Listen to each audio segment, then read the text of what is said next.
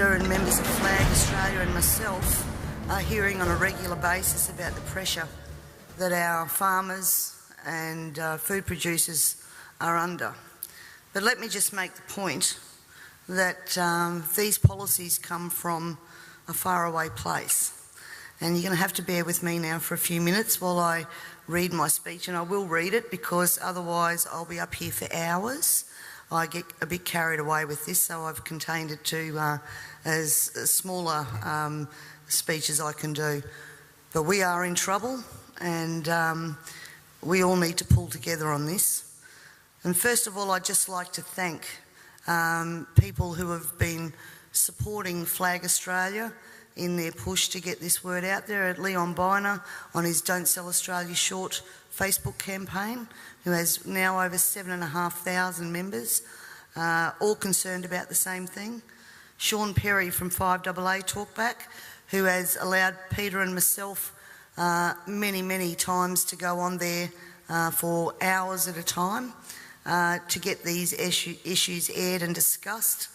And we'll actually be having Lord Monckton on there tomorrow night from 7 o'clock till midnight, so that people can ring in, ask questions and have a discussion about this. So 5AA have been behind us, which is great. And also the Southern Argus newspaper. They have been so supportive of getting the message out there of the stress that our primary producers are under, and we really can't thank all of those people enough. So now I'll start to read. Again, thank you all for coming here today. I also thank the many people behind the scenes who have helped to educate me on the global issues and how they are being implemented at a state level so that I can be an effective elected member of your parliament. And while I'm speaking to you today, I'm going to quote a number of people from various influential positions on the international stage, and I'll leave it with you to make up your mind if you want to continue to head in the direction that we're going. I first stumbled across Agenda 21 in about 2008, and quite frankly my first reaction was to dismiss what I was reading, because I didn't believe that any government in Australia would take us down this road. Then I began to see a legislative pattern emerging in Parliament which concerned me greatly, and I also started to see the tenor of legislation that we were passing. I did air those concerns in Parliament, and it was dismissed and ignored. The words Agenda 21, ladies and gentlemen, were never meant to be spoken. And if they were, then of course it would be dismissed as a conspiracy theory. Because if people knew Agenda 21 and what it stood for, there's plenty of information out there where they could actually learn what the end game was, and governments didn't want that to be known. My dad always said to me that people only lie for two reasons. One reason is because you're ashamed of what you're doing, and the second reason is that you don't want people to be warned just before you screw them. And I honestly believe that these secrets have been, thank you, that these secrets have been kept for both of those reasons. Ladies and gentlemen, the origins of the environmental movement as we see it began back in 1968 when the Club of Rome was formed. The Club of Rome has been described as a crisis think tank which specialises in crisis creation. The main purpose of this think tank was to formulate a crisis that would unite the world and condition us to the idea of global solutions to local problems. In a document called The First Global Revolution, authored by Alexander King and Bertrand Schneider, on pages 104 and 105, it stated, "In searching for a new enemy to unite us, we came up with the idea that pollution, the threat of global warming, water shortages, famine and the like would fit the bill. All these dangers, of course, will be caused by human intervention that will require a global response." That's the origin of global warming, ladies and gentlemen. In 1975, Australia agreed to bring in a new economic order via the Lima Declaration on the Second Conference of the United Nations Industrial Development Organisation. The outcome of this was, as I said, the Lima Declaration, which was a blueprint for the redeployment of tools, jobs and manufacturing to the developing nations, leaving countries like Australia short of technology, a manufacturing base and jobs. Blind Freddie can now see what the outcome of that has been for our country, with their unworkable trade and tariffs agreements hand in hand with this that have followed as a matter of course. This is now a reality, with around 90% of our agriculture and manufacturing just gone. Australia signed the Lima Declaration and hundreds of others with the support of all major political players: Whitlam, Fraser, Hawke, Keating, Hewson, Howard, Rudd, the Democrats, the Greens and even the Nationals. It has been put to me that all of these treaties were the foundation for the rollout of Agenda 21, and it seems that Australia has been moved around the global chessboard, and our so-called leaders were either complicit or naive to the long-term consequences. And now we're almost at checkmate.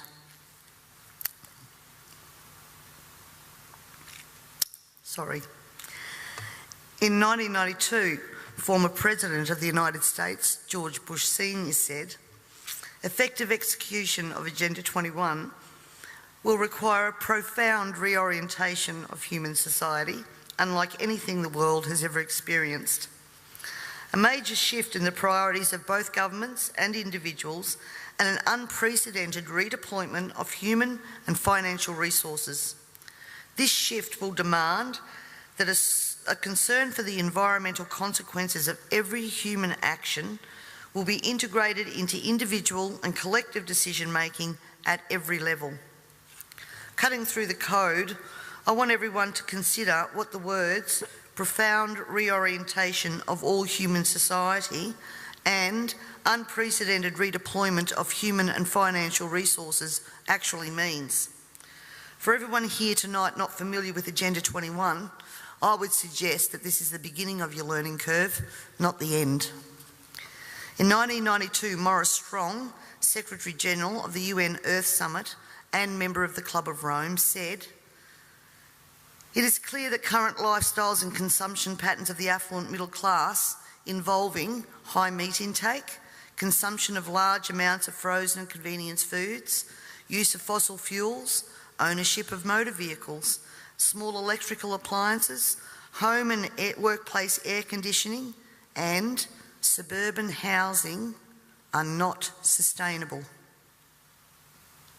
Put those statements together with the previous one, and it must become clear that Agenda 21 is about controlling every aspect of our lives: how we eat, what we eat, how much we eat, how we move around, food production, the amount of food, and where we even live.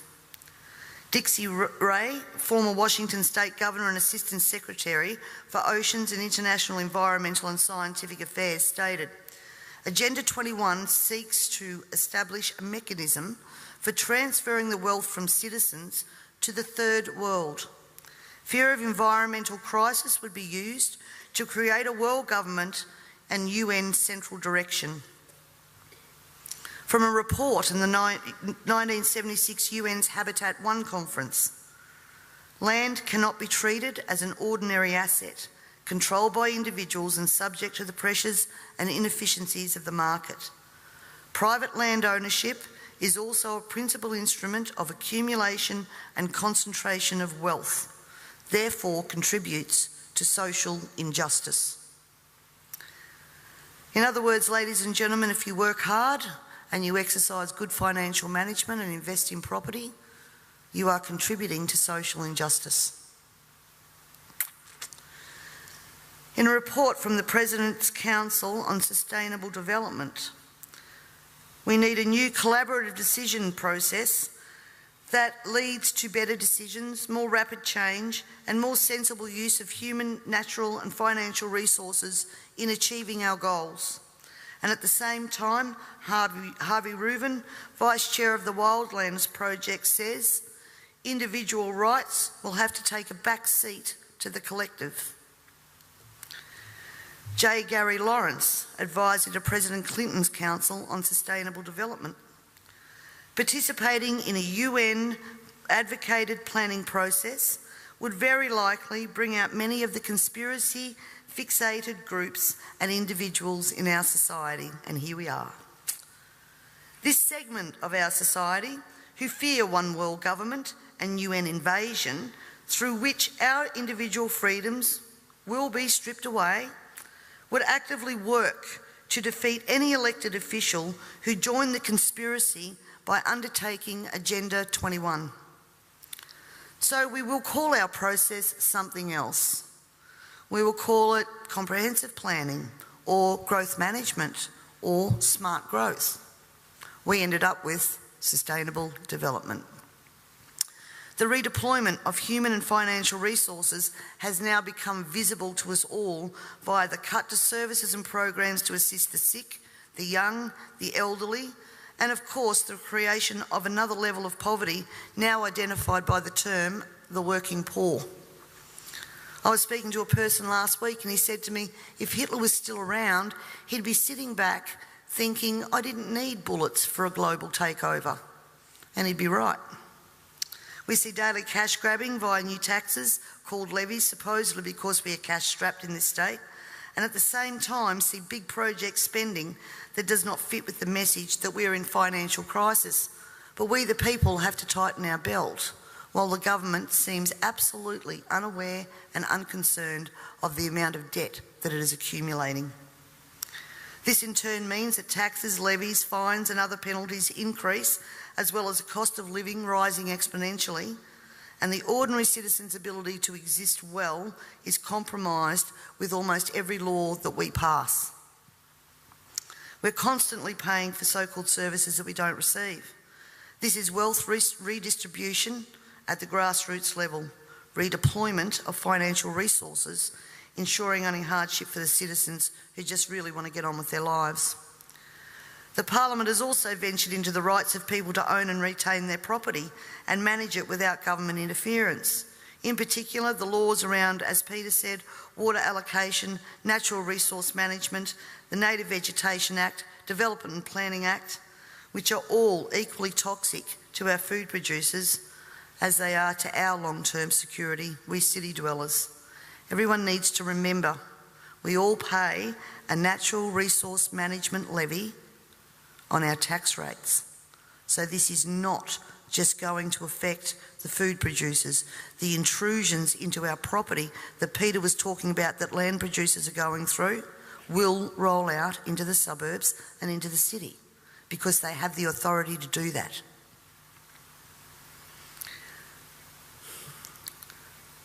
We all have already fiddled in Parliament with land titles of people in rural areas, and I'm talking about the Barossa and McLaren Vale legislation that passed. And the buzzwords used to justify that was heritage status. At the same time that our right to own and manage our land, have access to water, produce adequate food to ensure that our only option is not to consume often toxic and substandard food from places like China, this government has been working overtime to take away our rights to common law through many pieces of legislation. Common law is what guarantees us an ability to correct injustices. This coming year, I promise you, you will also hear debate over a number of pieces of legislation that will further erode our common law rights. And you have to get behind me on this, ladies and gentlemen, to stop this from going through. As Agenda 21 became more and more apparent to me, I began using the line in Parliament that government was now declaring war on its own citizens. And that goes back as far as 2008. This, of course, led me to being labelled a conspiracy theorist. But here we are now, openly talking about Agenda 21 and the ramifications we will see in a short period of time if this is not stopped in its tracks. Let me just say that I often hear we cannot stop what is happening. Two-party preferred system, vote Labor, vote Liberal, what does it matter? And in fact, that's probably true for the House of Assembly, because that's where government's formed. But ladies and gentlemen, here in South Australia we have the Legislative Council, the House of Review. And my friends, that is where the true power does lie. And the last thing that governments want you to understand is that no matter who is in power, the Legislative Council is there for checks and balances. And when the Legislative Council isn't overly influenced by the major parties, legislation can be blocked.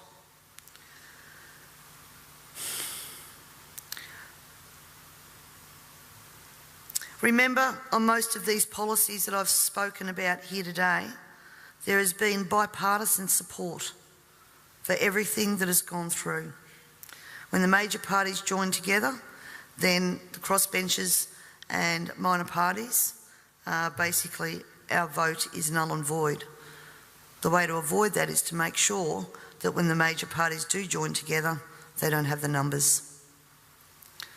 For way too long now, we the people have been asleep at the wheel, and it is time to wake up and participate in the democratic process. And to do that, you need to understand the parliamentary and political system that you are trying to rein in.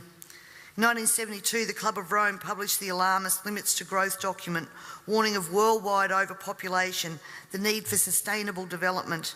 This was the beginning of the slow process of social engineering and programming people to accept that the planet is struggling to sustain life.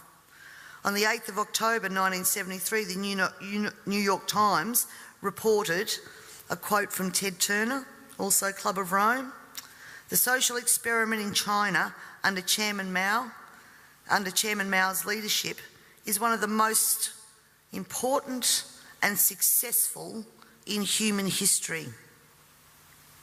In 1987, Mikhail Gorbachev, also a member of Club of Rome, said, "We are moving toward a new world order, the world of communism, and we shall never turn off that road." He also quoted in 1996 Monetary and Economic Review on page 5, "The environmental crisis will be the international disaster that will unlock the new world order, one world government." In 1992 came the Earth Summit, which produced the document called the Earth Charter. This document was co-written by Maurice Strong, long-time globalist, elitist, member of Club of Rome, and Mikhail Gorbachev. Both Strong and Gorbachev stated that it was hoped that this document would be adopted as the new 10 Commandments, with environmentalism as the new one world religion. Out of this summit came Agenda 21. Ted Turner, who was also a member of the Club of Rome, was quoted as saying in 1996, "The total population of 250 to 300 million people is ideal. That means a reduction of 95% from present levels would be even more ideal. Anyone who abhors the China one-child policy is simply a dum-dum." In 1998, the Baltimore Sun reported on July the 7th, most of Ted Turner's first donation to the UN of $22 million went to programs that seek to stall population. Another goal of the depopulation process is that the upcoming generation will submit to sterilisation to save Mother Earth. Ladies and gentlemen, everything I've said here tonight can be verified by document searches, and it is now time for us all to take off our blinkers and encourage our neighbours to take off their blinkers. And it's also time for you to demand that every person you elect fully understands this policy that is being rolled out via local, state and federal government at a concerning rate. We're not talking about decades, we're talking about only years before this is fully implemented. And every day another law is passed, is introduced to produce the endgame of Agenda 21 being fully implemented.